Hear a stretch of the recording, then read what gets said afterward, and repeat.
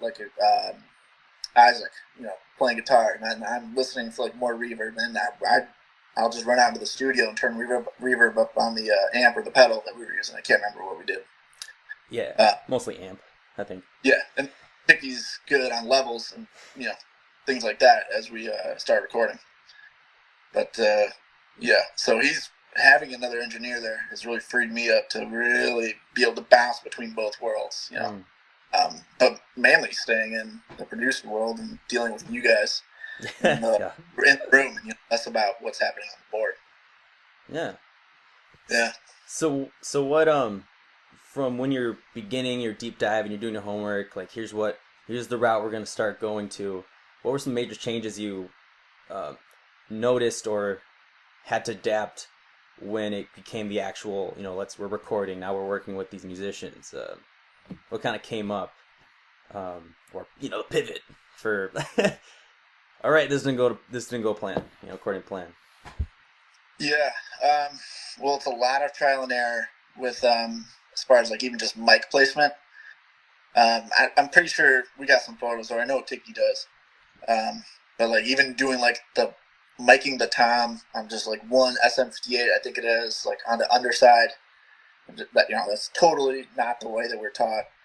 So I know we'd be doing some weird things like that, but I think that move was actually Tiki's idea, and that's worked out really well. Okay. So there's like a lot of happy accidents for things that we've kind of figured out. Just like having like that room mic that we have in the control room, because the way that our studio is, we have a control room. There's an adjoining little doorway with no door on it that spills right into the live room. So we stick a mic in the control room. Oh yeah, that's right. That's been pretty helpful for a good roomy sound, whether that's up or down. Because when we're in the control room, we have headphones on, so we can still record in there. We're not playing back on speakers. There's no feedback, nothing like that. So it's kind of finding just what works, and you really have to roll with the punches. Sometimes things work out great. Sometimes you just gotta keep trying and keep trying and keep trying. Mm-hmm. Yeah. What was that song where we had that slow acoustic intro? Gosh, I can't remember. Oh, ain't that just like me? Yes. The rubato. Right, to get that acoustic in there in that same room as the drums and to isolate that. So we had to really build like a bunch of blankets and baffles, things like that to really isolate that acoustic guitar microphone from all your noisy garbage behind the cymbal. And so sometimes you just really got to adapt. Like as much as you can plan all you want, but until you get in there, you just don't really know. Mm-hmm. Yeah, I got pictures of that, so I'll post those. I got some pictures of you with Isaac, obviously. So, yeah. Oh, along with that is now we got the instruments. We kind of figured that out pretty well in like the first day, if not the second day of recording. But vocals, I guess, what was going through your brain through that? Because that was, especially for me, kind of frustrating and not annoying, but because you do want to. We had to get singers post instruments, so we recorded instruments first, right? Let's go through Marcus's brain of the vocals part. Yeah. So for me, it starts with a good mic choice, mic placement. So we have a U47 clone, which is pretty similar to some that they would have had in the 60s, the real ones. But we don't have $19,000 to spend on that microphone. So. Not yet. What we got, but looking at old photos and seeing how the placement was, so more times than not, it was not straight on like a current, modern pop vocal would be. I think it's like we're doing 2 feet back and it's up a little bit and kind of pointed down at the singer, so it's not super direct up front in your face, pop vocal that you hear on the radio now. So it starts with that.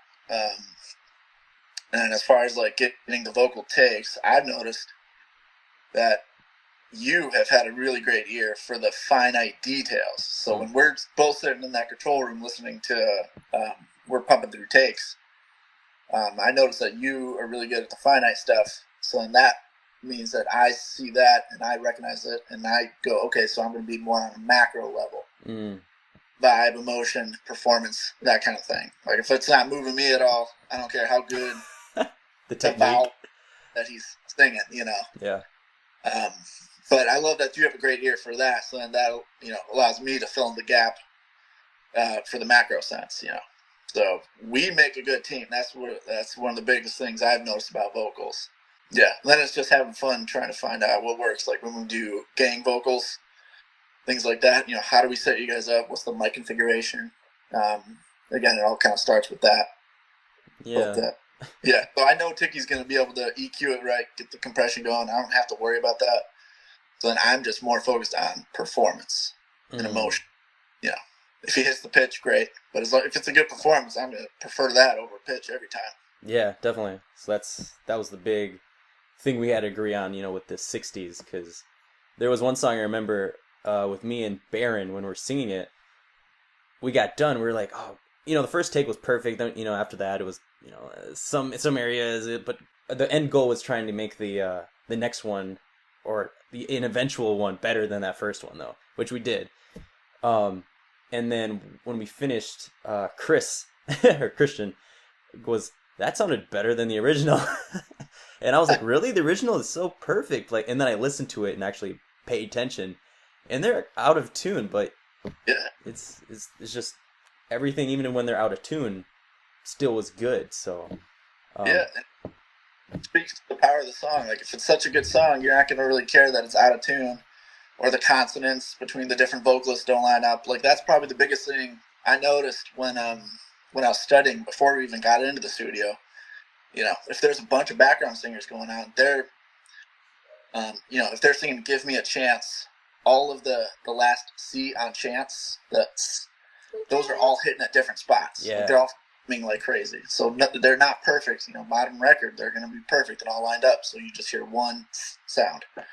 But on these records, not at all. There's all those imperfections. And that's what makes the sound. So let it be wrong, man. Let it, just let it be. No, yeah. Let it be. We're a decade off for this first EP. That was the biggest thing was the vocals.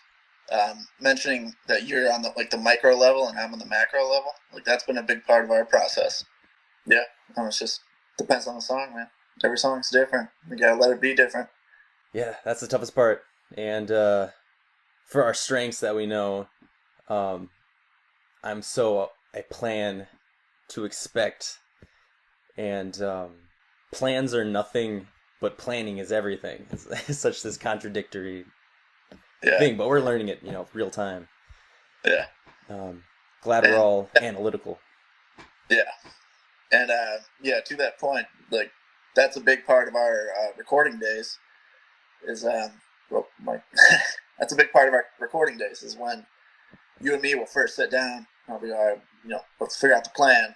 We want to do X amount of songs, or just get these parts of X songs, whatever. But that's another big part of being a producer is keeping an eye on that clock at all times and just saying, okay, we only got, we can do like 2 more takes of this song, and then we got to move on to the next part because we got to be wrapped up, tore down by 6 or something like that.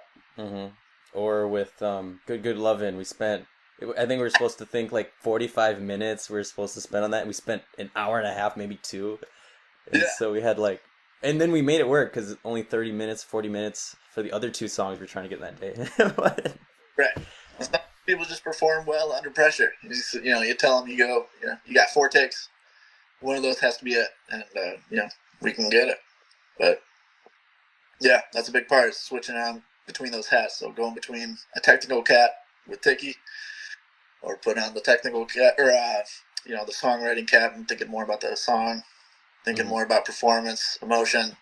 Is the guitar reverb right? So I'm constantly mentally jumping from one thing to the next, and that's just kind of how it goes. And when you're in the producer's chair, so okay, you guys keep me young.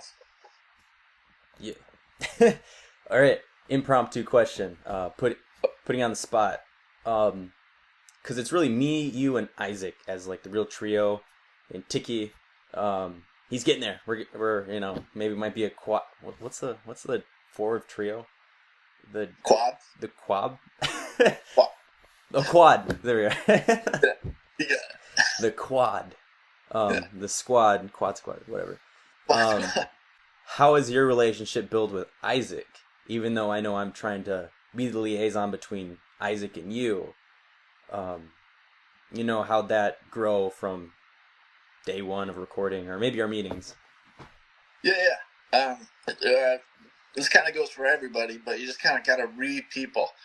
And that's something I've been pretty good at.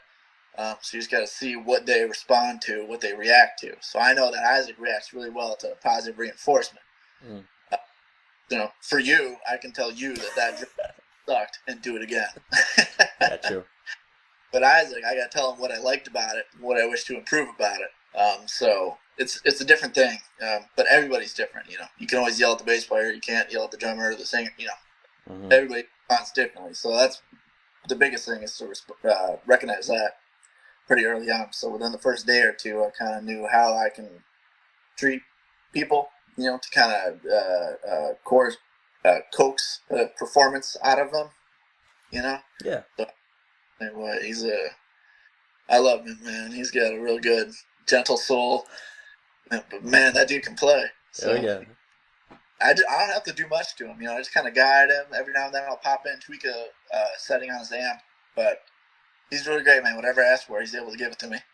Whew. So he's a good player. Shout out to Isaac. All right, cool. Well, I guess that wraps up our little interview, sponsored by Google Hangouts and Caribou Coffee. All right. Cool. Well, thanks for hopping on. Absolutely. We'll see you next time. All right. Adios. Bye-bye.